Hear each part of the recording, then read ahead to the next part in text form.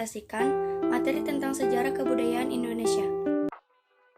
Dengan beranggotakan Anissa Dwi Hamdani dengan NIM 2005957, Diki Somantri dengan NIM 2009074, Mae Afriliani dengan NIM 2000884, Serlina Agustin dengan NIM 2000922, Yulianti dengan NIM 2000886. Adapun pokok bahasan dari kelompok kita yaitu yang pertama, pengaruh kebudayaan luar terhadap kebudayaan Indonesia. Yang kedua, kebudayaan Hindu-Buddha. Yang ketiga, kebudayaan Islam. Dan yang terakhir, kebudayaan Barat. Masuknya kebudayaan luar ke Indonesia. Di mata dunia, Indonesia dikenal sebagai bangsa yang menjunjung adab ketimuran yang sangat baik. Tapi, bangsa Indonesia tidak menutupi diri bagi budaya asing yang ingin masuk ke Indonesia tanpa melunturkan jati diri dan kepribadian bangsa Indonesia. Kebudayaan asing yang masuk akibat era globalisasi ke Indonesia turut mengubah perilaku dan kebudayaan Indonesia, baik itu kebudayaan nasional maupun kebudayaan murni yang ada di setiap daerah di Indonesia. Dalam hal ini, sering terlihat ketidakmampuan manusia di Indonesia untuk beradaptasi dengan baik terhadap kebudayaan asing, sehingga melahirkan perilaku yang cenderung ke barat-baratan atau disebut juga dengan westernisasi. Masuknya kebudayaan asing ke Indonesia ini tanpa disaring dan diterima secara mentah oleh bangsa Indonesia, mengakibatkan kebudayaan asli Indonesia yang secara perlahan semakin punah. Ada beberapa faktor yang mempengaruhi kebudayaan. Yang pertama, ada faktor yang berasal dari masyarakatnya sendiri. Faktor pertama itu yaitu penemuan baru. Penemuan baru ini merupakan sebab terjadinya perubahan yang dapat terwujud dengan menemukan unsur kebudayaan baru. Yang kedua, bertambahnya atau berkurangnya penduduk. Hal ini terjadi karena adanya perubahan pada struktur masyarakat, terutama pada lembaga kemasyarakatan yang menyebabkan berkurangnya penduduk dikarenakan pindah ke daerah lain yang menyebabkan kekosongan. Yang ketiga, terjadinya pemberontakan atau revolusi. Hal ini mengakibatkan perubahan besar mulai dari struktur negara, struktur kemasyarakatan, serta keluarga yang menjadi penduduk di negara tersebut. Yang keempat, ada lifestyle yang berfokus pada gaya orang barat. Sekarang ini banyak masyarakat Indonesia yang meniru gaya hidup orang-orang barat, yaitu seperti melakukan seks bebas, berpakaian mini, serta yang lainnya. Yang kelima, ada penyalahgunaan teknologi. Internet sekarang ini disalahgunakan oleh masyarakat untuk hal-hal negatif seperti situs porno, penipuan, dan yang lainnya. Faktor yang kedua yaitu berasal dari luar masyarakat. Yang pertama, bencana alam, yaitu gempa bumi, angin topan, longsor, dan banjir. Yang kedua, perubahan sosial yang terjadi karena kebudayaan masyarakat lain yang terus mempengaruhi satu sama lain. Yang ketiga, peperangan dengan negara lain juga bisa mengakibatkan terjadinya perubahan. Ada beberapa penyebab dari masuknya kebudayaan asing di Indonesia, yaitu yang pertama, penggunaan bahasa Indonesia berkurang karena adanya bahasa asing. Yang kedua, produk Indonesia kurang diminati oleh masyarakat. Yang ketiga, berkurangnya kebudayaan Indonesia, salah satunya yaitu sopan santun. Yang keempat, masyarakat lebih suka dengan budaya asing dibandingkan dengan kebudayaan bangsanya sendiri. Dan yang terakhir, kelima, berkurangnya sosialisasi serta tali silaturahmi.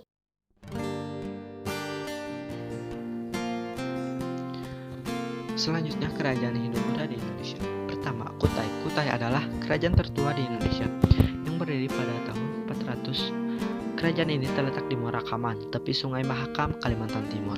Sumber sejarah berupa 7 buah prasasti yang disebut Yupa. Prasasti itu diperkirakan berasal dari abad ke-5 Masehi. Yupa adalah tugu peringatan upacara korban. Tugu ini biasanya digunakan sebagai tiang menempatkan hewan kurban. Raja pertama yang memerintah di Kutai adalah Kudungga. Nama Kudungga bercorak Indonesia tatkala ia memerintah agama Hindu belum masuk tersiar di Indonesia. Oleh karena itu, Kudungga belum beragama Hindu. Raja Kudungga mempunyai anak bernama Aswawarman. Aswawarman disebut sebagai Wamsakerta, artinya pembentuk keluargaan atau dinasti. Sejak Raja Aswawarman berkuasa, pengaruh budaya Hindu mulai masuk ke kerajaan Kutai. Raja Aswawarman mempunyai 3 putra, yang terkenal diantaranya Mulawarman. Raja Kutai beragama Hindu. Dalam prasasti Yupa disebutkan bahwa para Raja Kutai adalah orang Indonesia asli yang sudah memeluk agama Hindu. Yupa di Kutai didirikan semasa pemerintahan Mulawarman. Tempat suci agama Hindu di Kutai disebut Wab Rakeswara. Peristiwa-peristiwa penting pada masa pemerintahan Mulawarman antara lain, pertama, pernah mengadakan upacara kurban emas. Yang kedua, pernah memberikan hadiah sebanyak 20.000 ekor sapi untuk golongan Brahmana. Yang ketiga, pernah menyelenggarakan upacara Asmaweda, yaitu upacara pelepasan kuda untuk menentukan batas wilayah kerajaan Kutai. Yang kedua, Kerajaan Tarumanegara.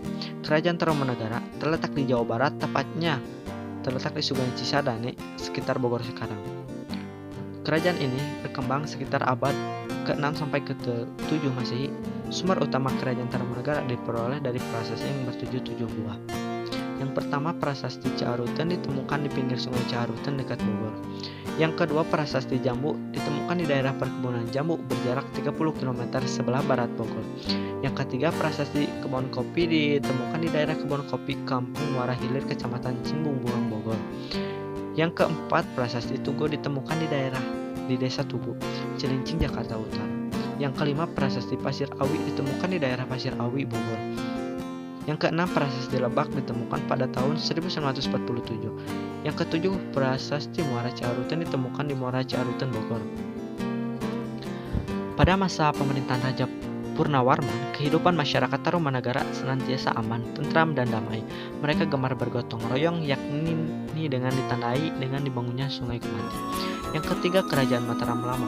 Pada abad ke-8 Masehi, di Jawa Tengah berdiri kerajaan Hindu, yaitu Kerajaan Mataram, yang berpusat di Medan Kamulan. Hal ini ditemukan dari prasasti yang berangkat tahun 732 Masehi. Prasasti ini juga menceritakan tentang pembangunan sebuah lingga oleh Raja Sanjaya dengan tujuan untuk memuja Dewa Siwa. Dalam prasasti tersebut juga dijelaskan sebelum Raja Sanjaya naik tahta, di Pulau Jawa diperintah oleh Raja Sana yang sangat bijaksana dan berlangsung lama. Raja Sana wafat digantikan oleh Raja Sanjaya. Ia memerintah dengan bijaksana sehingga keadaan rakyat makmur, aman, dan tentram. Pada masa pemerintahan Sanjaya, ada dinasti lain yang besar, yaitu dinasti Sailendra. Keluarga Sanjaya beragama Hindu dan keluarga Sailendra beragama Buddha. Setelah Sanjaya, Mataram diperintah oleh Sailendra Sri Maharaja Diyah Pancapana Rakai Panangkara. Setelah Panangkara, Mataram terpecah menjadi Mataram Hindu dan Mataram Buddha. Namun pada tahun 850 Masehi, Mataram kembali bersatu dengan menikahnya Rakai Pikatan dan Pramodwara Dani, putri keluarga Sailendra. Setelah Pikatan wafat, Mataram diperintah Balitung. Dari tahun 898 sampai 910 Masehi yang bergelar Sri Maharaja Rakai Watukura Diyah Balitung. Yang keempat, Kerajaan Sriwijaya. Pusat Kerajaan Sriwijaya pertama kali berada di daerah Muara Takus, kemudian berpindah ke Jambi dan berakhir di Palembang. Sriwijaya mempunyai wilayah yang sangat luas, hampir meliputi Indonesia sekarang, sehingga disebut sebagai negara nasional pertama. Faktor yang mendorong Sriwijaya berkembang menjadi kerajaan maritim yang besar. Pertama, letaknya strategis, yaitu berada di jalur perdagangan antara India dan Cina. Yang kedua, mempunyai hasil bumi yang melimpah, terutama rempah-rempah dan emas. Yang ketiga, mempunyai armada laut yang kuat dan tangguh. Yang keempat, runtuhnya kerajaan Funan di Vietnam Selatan. Yang kelima, Sriwijaya menguasai pusat-pusat perdagangan antara lain Selat Malaka, Selat Sunda, dan Tanah Gening Kerang. Sriwijaya mulai abad ke-11 mengalami kemunduran. Kemunduran tersebut disebabkan pertama, serangan besar-besaran dari kerajaan Calomandala di bawah pimpinan Raja Rajendroladewa pada tahun 1023 dan 1030. Yang kedua, ekspedisi Pemalu dari kerajaan Singasari. Yang ketiga, serangan Majapahit di bawah pimpinan Patih Gajah Mada pada tahun 1337. Yang keempat, aktivitas perdagangan Sriwijaya mengalami kemunduran.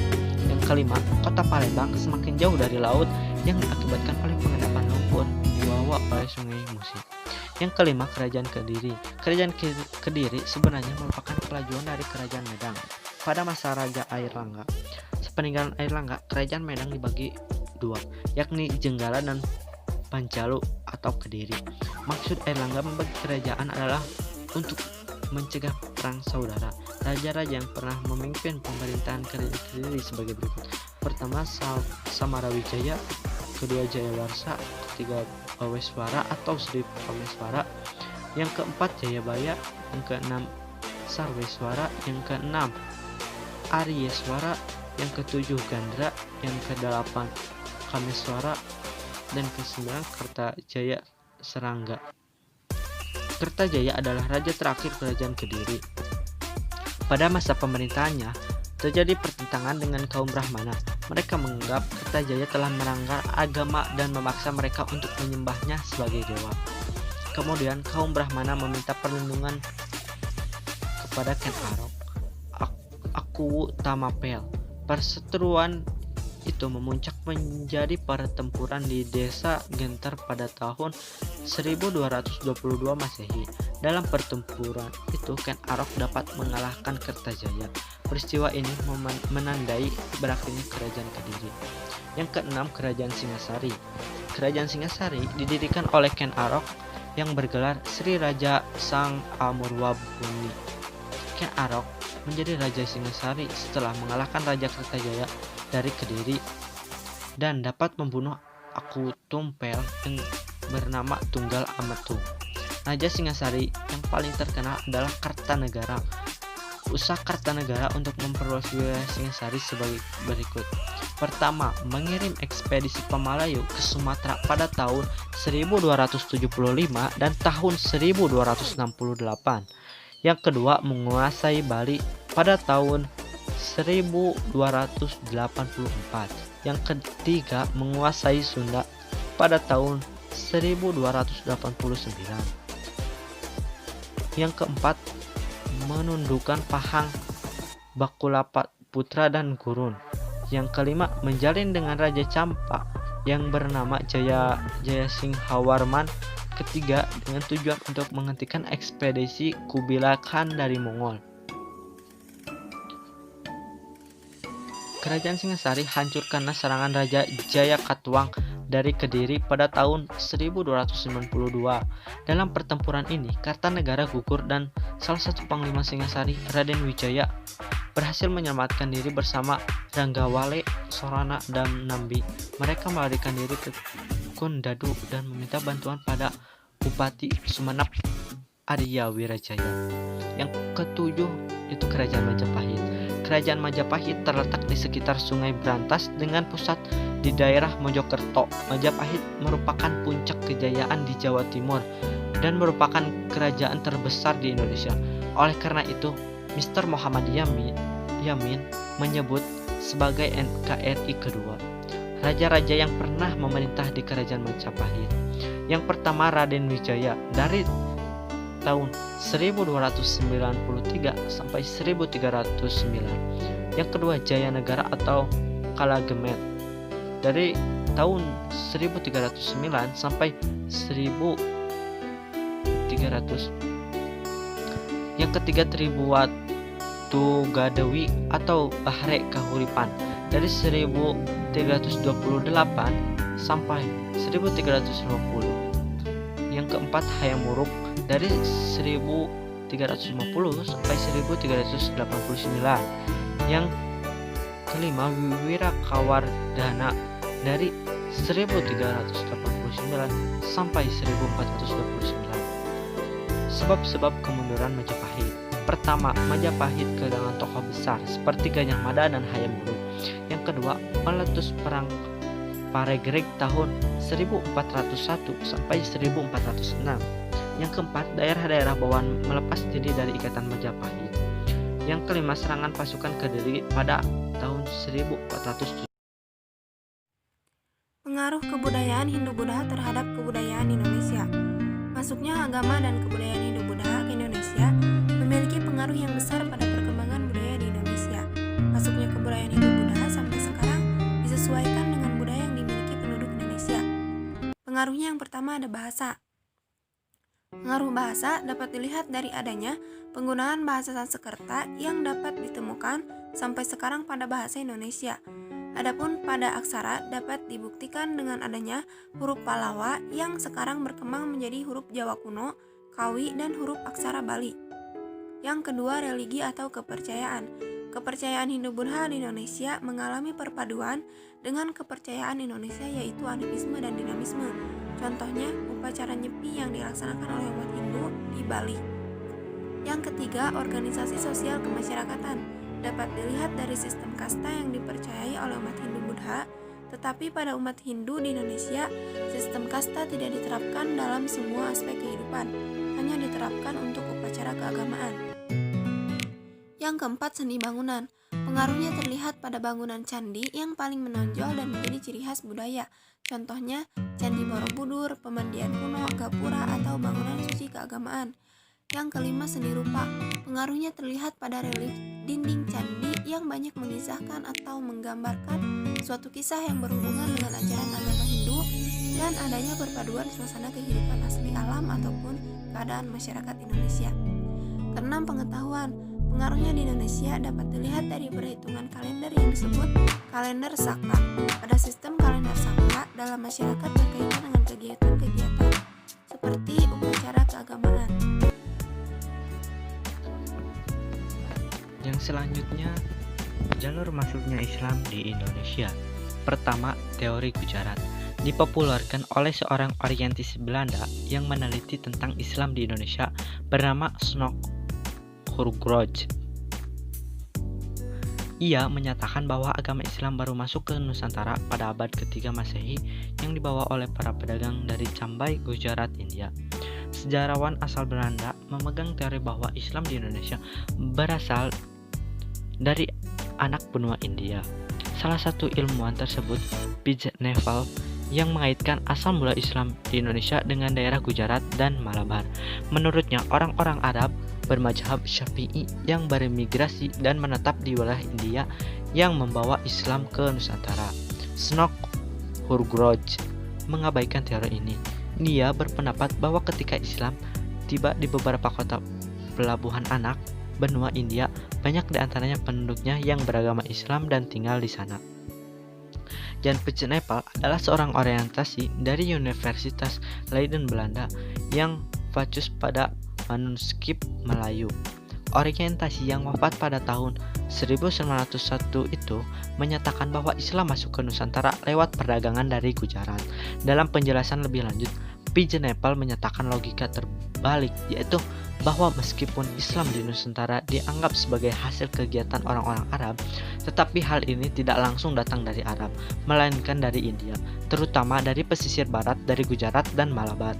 Sejarawan Belanda yang sepakat bahwa Islam di Nusantara datang dari Gujarat dengan alasan bahwa batu nisan makam Raja Malik al-Saleh yang merupakan raja kerajaan Samudra Pasai di Aceh bertuliskan angka tahun 666 Hijriah atau 1297 Masehi dengan menggunakan nisan yang berasal dari Gujarat, Jawa Timur. Juga menunjukkan hal yang sama. Kedua nisan tersebut memiliki persamaan bentuk dengan batu nisan yang terdapat di Cambai, Gujarat, India. Yang kedua, teori Arab. Teori ini dikemukakan oleh Sir Thomas Arnold. Ia berpandangan bahwa para pedagang Arab telah menyebarkan Islam ketika mereka menguasai secara dominan perdagangan barat sampai timur sejak abad-abad awal Hijriah atau abad ke-7 dan 8 Masehi. Dalam pandangan Hamka, jalur perdagangan antara Indonesia dengan Arab telah berlangsung jauh sebelum Tarik Masehi. Hamka berpendapat bahwa pada tahun 625 Masehi, berdasarkan sebuah naskah Tiongkok yang dicatat oleh pendeta Buddha Yitsing yang melakukan perjalanan dari Canton menuju India. Perjalanan tersebut menggunakan kapal pose dan pada tahun 674 Masehi ia singgah di Bongaya yang sekarang dikenal dengan Palembang, Sumatera Selatan. Di Boga, ia menemukan sekelompok bangsa Arab yang telah bermukim di pantai barat Sumatera atau Barus. Sebagian orang-orang Arab ini diceritakan melakukan perkawinan dengan wanita lokal. Komunitas Arab ini disebut sebagai komunitas tak sahih dan pose. Mereka adalah para pedagang yang telah lama menjalin hubungan perdagangan dengan kerajaan Sriwijaya. Karena demikian, hubungan perdagangan itulah kemudian kerajaan Sriwijaya memberikan daerah khusus untuk mereka. Di samping alasan di atas, makam Fatimah binti Maimun di Leran, Jawa Timur semakin menguatkan teori ini. Fatimah binti Maimun bin Hibaitullah adalah seorang perempuan beragama Islam yang wafat pada hari Jumat 7 Rajab 475 Hijriah atau 22 Desember 1082 Masehi. Inskripsi nisan terdiri dari 7 baris. Dan berikut ini adalah hasil bacaan Jinpi Mokwed yang diterjemahkan oleh Muhammad Yamin terhadap tulisan pada batu nisan tersebut. Atas nama Tuhan Allah yang Maha Penyayang dan Maha Pemurah, tiap-tiap makhluk yang hidup di atas bumi ini bersifat fana, tetapi wajah Tuhanmu yang bersemarak dan gemilang itu tetap kekal adanya. Inilah kubur wanita yang menjadi syahid bernama Fatimah binti Maimun, putra Hibatullah, yang berpulang pada hari Jumiad ketika 7 sudah berlewat bulan Rajab dan pada tahun 495 Hijriah atau 475 Hijriah, yang menjadi kemurahan Tuhan Allah yang Maha Tinggi beserta Rasulnya yang mulia. Yang ketiga, teori Persia. Sejarawan Hussein Djajaningrat adalah seorang yang mengumpulkan teori ini. Dalam teori ini dinyatakan bahwa Islam masuk ke Nusantara pada abad ke-13 Masehi di Sumatera yang berpusat di Samudra Pasai. Teori Persia lebih menitik beratkan tinjauannya pada aspek persamaan kebudayaan yang hidup di kalangan masyarakat Islam Indonesia dengan Persia. Bukti-bukti persamaan tersebut diantaranya: pertama, adanya peringatan 10 Muharram atau Asyura atas meninggalnya Husain, cucu Nabi Muhammad SAW di Karbala, yang sangat dijunjung oleh kaum muslimin Syiah dan Iran atau Persia. Di Sumatera Barat, peringatan tersebut disebut dengan upacara keranda tabut, yaitu mengarak keranda yang di atas namakan keranda Husain dan disebut keranda tabut untuk dilempar di sungai. Sedangkan di Pulau Jawa ditandai dengan pembuatan bubur syuro. Yang kedua, adanya kesamaan konsep ajaran Sufisme yang dianut Syekh Siti Jenar dengan Al-Hallaj, seorang sufi besar dari Persia. Yang ketiga, penggunaan istilah bahasa Iran atau Persia dalam sistem mengajar huruf Arab untuk tanda-tanda bunyi harokat, contoh jabar, fathah, zer, kasroh, ps, dan domah. Yang keempat, adanya persamaan batu nisan Maulana Malik Ibrahim tahun 1419 Masehi di Gresik dan Malik Al-Saleh 1257 Masehi di Pasai yang berasal dari Gujarat. Berdasarkan hal tersebut, Husain Djajaningrat berpendapat bahwa Gujarat merupakan daerah yang mendapat pengaruh dari Persia yang menganut paham Syiah dan dibawa ke Indonesia. Yang keempat, teori Cina. Teori ini menyatakan bahwa Islam datang ke Indonesia, Jawa dan Sumatera berasal dari para perantau Cina. Menurut teori ini, orang Cina telah berhubungan dengan masyarakat Indonesia jauh sebelum Islam dikenal di Indonesia. Pada masa Hindu-Buddha, etnis Cina atau Tiongkok telah terbaur dengan penduduk Indonesia, terutama melalui kontak dagang. Bahkan ajaran Islam telah sampai di Cina pada abad ke-7 Masehi, masa di mana agama ini baru berkembang. Sumanto Al-Qurtubi dalam bukunya Arus Cina Islam Jawa menyatakan, menurut kronik sumber luar negeri, pada masa dinasti Tang di daerah kanton Zhangzhou, Guangzhou, dan pesisir Cina sebagian selatan telah terdapat sejumlah permukiman Islam. Teori Cina didasarkan pada sumber luar negeri maupun lokal. Bahkan menurut sejumlah sumber lokal tersebut ditulis bahwa raja Islam pertama di Jawa, yakni Raden Fatah dari Minatoro Demak, merupakan keturunan Cina. Ibunya disebutkan berasal dari Champa, Cina bagian selatan, sekarang termasuk Vietnam. Kerajaan Islam di Indonesia. Yang pertama ada Kerajaan Islam di Sumatera, yaitu Kerajaan Samudra Pasai. Kerajaan Samudra Pasai adalah kerajaan Islam pertama di Indonesia yang diperkirakan berdiri sekitar awal atau pertengahan abad ke-13 Masehi sebagai hasil proses islamisasi daerah-daerah pantai yang pernah disinggahi oleh para pedagang muslim sejak abad ke-7 Masehi dan seterusnya. Raja pertamanya adalah Malik al-Saleh. Menurut para sejarawan bahwa Samudra Pasai bukanlah kerajaan Islam pertama di Nusantara, karena sebelumnya telah berdiri Kerajaan Perlak dan Aru. Kerajaan Samudra Pasai berada di pesisir timur Laut Aceh, sekitar Kabupaten Lok Sumawe atau Aceh Utara sekarang. Ibu kotanya ada di Muara Sungai Pasangan. Terdapat dua kota besar yang terletak berseberangan di Muara Sungai Pasangan, yaitu Samudra dan Pasai. Yang kedua, Kerajaan Aceh Darussalam.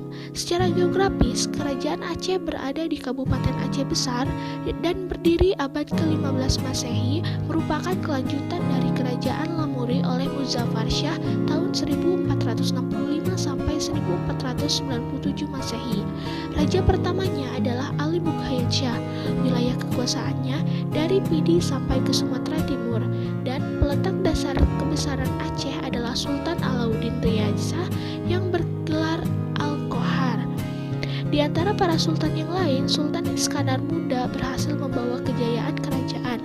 Wilayah kekuasaannya meliputi pelabuhan di pesisir timur dan barat Sumatera dan Aceh Tanah Gayo, Minangkabau. Setelah mangkat digantikan oleh Sultan Iskandar Sani yang memiliki sikap lemah lembut, adil, pengetahuan agamanya maju dengan cepat. Sepeninggal beliau dipimpin oleh penguasa yang lemah sehingga mengalami kemunduran. Yang kedua, ada kerajaan Islam di Jawa, yaitu Kerajaan Demak. Kerajaan Demak diakui sebagai kerajaan Islam pertama di Jawa. Kerajaan Demak didirikan oleh Raden Fatah. Mulanya ia adalah seorang adipati di Bintoro, Demak. Raden Fatah secara terang-terangan memutuskan ikatan dengan Majapahit yang kala itu tengah mengalami masa kemunduran. Dan atas prakarsa para wali, ia mendirikan kerajaan Islam yang beribu di kota Demak, sehingga lebih dikenal dengan Kerajaan Demak. Daerah kekuasaan Kerajaan Demak meliputi pesisir pantai utara Jawa, dan pengaruhnya itu bahkan melampaui beberapa wilayah di luar Pulau Jawa. Selanjutnya ada Kerajaan Pajang. Jagatingkir adalah sultan dan raja pertama Kerajaan Pajang yang merupakan kelanjutan dari Kerajaan Demak. Jagatingkir bergelar Sultan Hadiwijaya. Setelah mangkat diganti oleh menantunya Arya Panggiri yang juga anak asuhan dari Prawoto. Namun putra Sultan Hadiwijaya, yaitu Pangeran Benawa, ingin menguasai dan tidak punya kemampuan untuk melawan Arya Panggiri.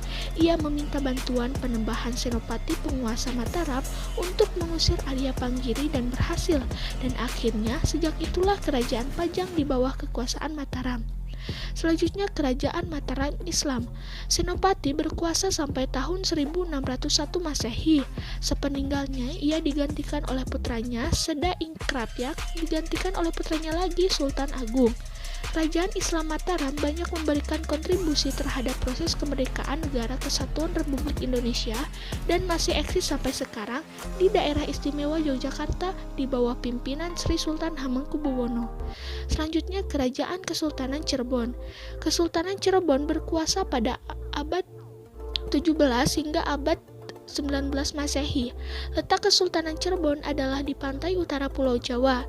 Secara geografis berbatasan antara Jawa Tengah dan Jawa Barat, dan ini membuat Kesultanan Cirebon menjadi perantara antara kebudayaan Jawa dan Sunda, sehingga di Cirebon muncul budaya yang khas, yaitu kebudayaan Cirebon yang tidak didominasi oleh kebudayaan Sunda maupun kebudayaan Jawa. Selanjutnya Kerajaan Kesultanan Banten. Pada tahun 1524 sampai 1525, Sunan Gunung Jati bersama pasukan Demak merebut pelabuhan Banten dari Kerajaan Sunda dan mendirikan Kesultanan Banten yang berafiliasi ke Demak. Menurut sumber Portugis, sebelumnya Banten merupakan salah satu pelabuhan Kerajaan Sunda selain pelabuhan Pontang, Cigede, Tamgara, dan Sunda Kelapa dan Cimanuk. Puncak kejayaan Kerajaan Banten terjadi pada masa pemerintahan Abdul Fattah atau lebih dikenal dengan nama Sultan Ageng Tirtayasa. Saat itu pelabuhan Banten telah menjadi pelabuhan internasional sehingga perekonomian Banten maju pesat. Piagam Bojong menunjukkan bahwa tahun 1500 hingga 1800 Masehi Lampung dikuasai oleh Kesultanan Banten. Yang ketiga ada Kerajaan Islam di Kalimantan. Walau tidak banyak literatur yang menjelaskan tentang sejarah keberadaan Islam di Kalimantan, namun paling tidak bisa memberikan titik terang terhadap keberadaan Kerajaan Daha atau Banjar. Pada awal abad 16, Islam masuk ke Kalimantan Selatan, yaitu di Kerajaan Daha atau Banjar yang waktu itu beragama Hindu. Berkat bantuan dari Sultan Demak Trenggono, Raja Daha dan rakyatnya memeluk agama Islam, sehingga berdirilah Kerajaan Islam Banjar dengan raja pertamanya yaitu Pangeran Samudra yang bergelar Pangeran Suryanullah atau Suryansah. Selanjutnya ada Kerajaan Gowatalo. Kultur Kerajaan Gowatalo tidak dapat dipisahkan dengan Islam. Setelah Kerajaan Gowatalo memeluk Islam, penyebaran Islam di Sulawesi dan bagian timur Indonesia sangat pesat. Kerajaan ini adalah kerajaan yang menerapkan syariah Islam, karena itu wajar jika Goa ini dikenal sebagai Serambi Madinah. Keberhasilan penyebaran Islam terjadi setelah memasuki abad 17 dengan kehadiran 3 orang mubalik yang bergelar Datuk dari Minangkabau. Selanjutnya ada Kerajaan Kesultanan Ternate. Kesultanan Ternate atau Kerajaan Gapi adalah salah satu dari 4 kerajaan Islam di Maluku dan merupakan salah satu kerajaan Islam tertua di Nusantara. Didirikan oleh Baab Masyur Malamo pada tahun 1257. Di masa jaya kekuasaannya membentang mencakup wilayah Maluku, Sulawesi Utara, Timur dan Tengah, bagian selatan Kepulauan Filipina, hingga sejauh Kepulauan Marshall di Pasifik. Pulau Gapi atau Ternate mulai ramai di awal abad 8. Penduduk Ternate awal merupakan warga eksodus dari Halmahera. Kemudian ada Kerajaan Islam di Nusa Tenggara. Perkembangan Islam di Nusa Tenggara dimulai sejak abad 16 Masehi, dikenalkan oleh Sultan Prapen, putra Sunan Giri.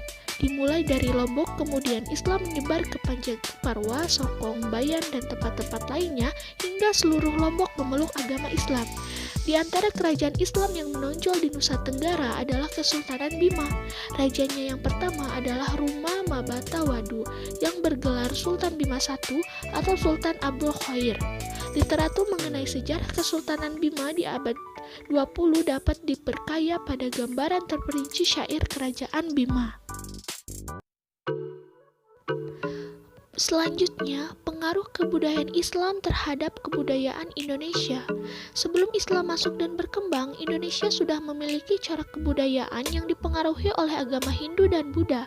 Dengan masuknya Islam, Indonesia kembali mengalami proses akulturasi atau proses bercampurnya 2 atau lebih kebudayaan karena pencampuran bangsa-bangsa dan saling memengaruhi, yang melahirkan kebudayaan baru, yaitu kebudayaan Islam Indonesia. Dapat dilihat dari yang pertama itu seni bangunan. Pengaruh atau wujud akulturasi dalam seni bangunan dapat terlihat pada bangunan masjid, makam, atau istana. Masjid adalah tempat ibadah umat Islam. Masjid-masjid awal yang dibangun pasca penetrasi Islam ke Nusantara cukup berbeda dengan yang berkembang di Timur Tengah. Masjid di Indonesia pada zaman Madya biasanya mempunyai ciri khas tersendiri. Di antaranya, atapnya itu berbentuk atap tumpang, yaitu atap bersusun yang memiliki jumlah atapnya itu selalu ganjil, 3 atau 5. Kemudian tidak ada menara. Biasanya masjid itu dibuat dekat istana dan berada di sebelah utara atau selatan. Seperti pada gambar itu Masjid Kuno Indrapuri di Aceh. Kemudian ada makam. Makam ini adalah lokasi dikebumikannya jasad seseorang pasca meninggal dunia. Setelah pengaruh Islam, makam seorang berpengaruh tidak lagi diwujudkan ke dalam bentuk candi, melainkan sekadar cungkup. Ciri-ciri dari wujud akulturasi pada bangunan makam terlihat dari makam-makam kuno dibangun di atas bukit atau tempat-tempat yang keramat. Kemudian makam Bangunannya itu terbuat dari bangunan batu yang disebut dengan cirat atau kijing. Di atas cirat itu biasanya didirikan rumah tersendiri, kemudian dilengkapi dengan tembok atau gapura yang menghubungkan antara makam dengan makam atau kelompok-kelompok makam. Di dekat makam juga biasanya dibangun masjid. Selanjutnya dalam seni rupa, tradisi Islam ini tidak menggambarkan bentuk manusia atau hewan, tetapi sebagai pengganti kreativitas, mereka itu aktif membuat kaligrafi serta ukiran tersamar seperti relief, misalnya dengan bentuk dedaunan, bunga, bukit-bukit karang, pemandangan, garis-garis geometris. Ya, termasuk ke dalamnya pembuatan kaligrafi huruf Arab. Seni ukir relief itu menghias masjid. Bisa terjadi pula sinkretisme atau hasil perpaduan dua aliran seni logam. Seperti pada gambar itu ada relief masjid motif tumbuhan. Kemudian ada aksara dan seni sastra. Tersebarnya agama Islam ke Indonesia ini berpengaruh terhadap bidang aksara atau tulisan, yaitu masyarakat mulai mengenal tulisan Arab, bahkan berkembang tulisan Arab Melayu atau biasanya dikenal dengan istilah Arab Gundul, yaitu tulisan Arab yang dipakai untuk menuliskan bahasa Melayu tetapi tidak menggunakan tanda-tanda A, I, U seperti lazimnya tulisan Arab. Bentuk seni sastra ini yang berkembang diantaranya ada hikayat. Hikayat itu cerita atau dongeng yang berpangkal dari peristiwa atau tokoh sejarah. Kemudian ada suluk, yaitu kitab yang membentangkan soal-soal tasawuf. Kemudian ada babad, yaitu kisah rekaan pujangga keraton yang sering dianggap sebagai peristiwa sejarah. Contohnya itu ada babad Tanah Jawi atau Jawa kuno. Selanjutnya ada primbon, yaitu hasil sastra yang sangat dekat dengan suluk karena berbentuk kitab yang berisi ramalan-ramalan, keajaiban dan penentuan hari baik atau buruk. Selain itu, ada juga dilihat dari sistem pemerintahan. Dalam pemerintahan, sebelum Islam masuk Indonesia, sudah berkembang pemerintah yang bercorak Hindu ataupun Buddha. Tetapi, setelah Islam masuk, maka kerajaan-kerajaan yang bercorak Hindu-Buddha mengalami keruntuhan dan digantikan peranannya oleh kerajaan-kerajaan yang bercorak Islam seperti Samudra Pasai, Demak, Malaka, dan sebagainya. Sistem pemerintahan yang bercorak Islam, rajanya itu bergelar sultan atau sunan seperti halnya para wali, dan apabila rajanya meninggal tidak lagi dimakamkan di candi atau dicandikan tetapi dimakamkan secara Islam. Selain itu ada juga dalam sistem kalender. Sebelum budaya Islam masuk ke Indonesia, masyarakat Indonesia sudah mengenal kalender Saka atau kalender Hindu yang dimulai tahun 78 Masehi. Dalam kalender Saka ini ditemukan nama-nama pasaran hari seperti Legi, Pahing, Pon, Wage, dan Kliwon. Setelah berkembangnya Islam, Sultan Agung dari Mataram ini menciptakan kalender Jawa dengan menggunakan perhitungan peredaran bulan Komariah seperti tahun Hijriah. Nama-nama bulan yang digunakan adalah 12 sama dengan penanggalan Hijriah versi Islam. Demikian pula nama-nama bulannya itu mengacu pada bahasa bulan Arab, yaitu Muharram, Safar, Rabiul Awal, Rabiul Akhir, Jumadil Awal, Jumadil Akhir, Rajab, Syaban, Ramadan, Syawal, Dzulqa'dah, dan Dzulhijjah. Seperti pada gambar itu adalah contoh kalender Jawa. Pengaruh kebudayaan Barat terhadap kebudayaan Indonesia. Yang pertama itu ada pengaruh budaya Barat terhadap gaya hidup. Indonesia ini adalah negara yang multi etnis dan memiliki agama yang beragam dengan budaya yang berbeda-beda. Setiap budayanya memiliki nilai-nilai sosial dan seni yang tinggi. Namun, kebudayaan asli Indonesia kini semakin memudar secara perlahan karena disebabkan oleh adanya perkembangan teknologi yang dapat memberikan dampak negatif terhadap kebudayaan asli Indonesia. Dan berkembangnya teknologi, maka kebudayaan Barat dapat masuk dengan mudah ke Indonesia sehingga dapat mengubah pola pikir dan perilaku masyarakat Indonesia, terutama remaja. Para remaja menganggap bahwa kebudayaan Indonesia sangat jauh dari modernisasi jika dibandingkan dengan kebudayaan Barat. Sehingga para remaja akan mengikuti perkembangan zaman walaupun bersifat bertentangan dengan nilai-nilai keagamaan dan kebudayaan. Budaya luar, khususnya budaya Barat, dapat dengan mudah masuk ke Indonesia dengan berbagai macam bentuk media, sehingga mengakibatkan masyarakat Indonesia, khususnya para remaja sebagai penerus bangsa, mengubah gaya hidupnya. Negatifnya, budaya Barat terkenal dengan kehidupan malam, pergaulan bebas, dan lain sebagainya yang mengakibatkan hilangnya nilai kesopanan masyarakat Indonesia yang seharusnya ada pada masyarakat Indonesia karena merupakan ciri khas masyarakat Indonesia yang berbudi pekerti. Sedangkan positifnya, bangsa Barat itu terkenal dengan kegigihan, kemajuan, kedisiplinan, dan juga perkembangannya yang menyebabkan bangsa Barat maju dalam bidang perekonomiannya. Kemudian yang kedua adalah pengaruh budaya Barat terhadap sistem religi atau kepercayaan. Bergesernya sistem religi atau kepercayaan tradisional menuju pada sistem religi yang berlandaskan pada ajaran agama. Hal ini merupakan pengaruh dari kebudayaan Barat terhadap kebudayaan lokal Indonesia.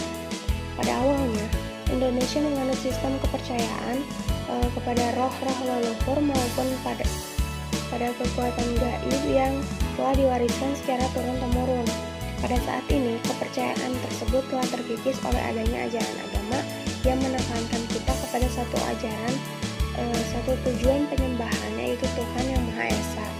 Adanya penyesuaian antara sistem religi tradisional asli kebudayaan Indonesia dengan sistem religi yang berlandaskan agama, membuat sistem religi tradisional yang memang asli Indonesia tidak punah.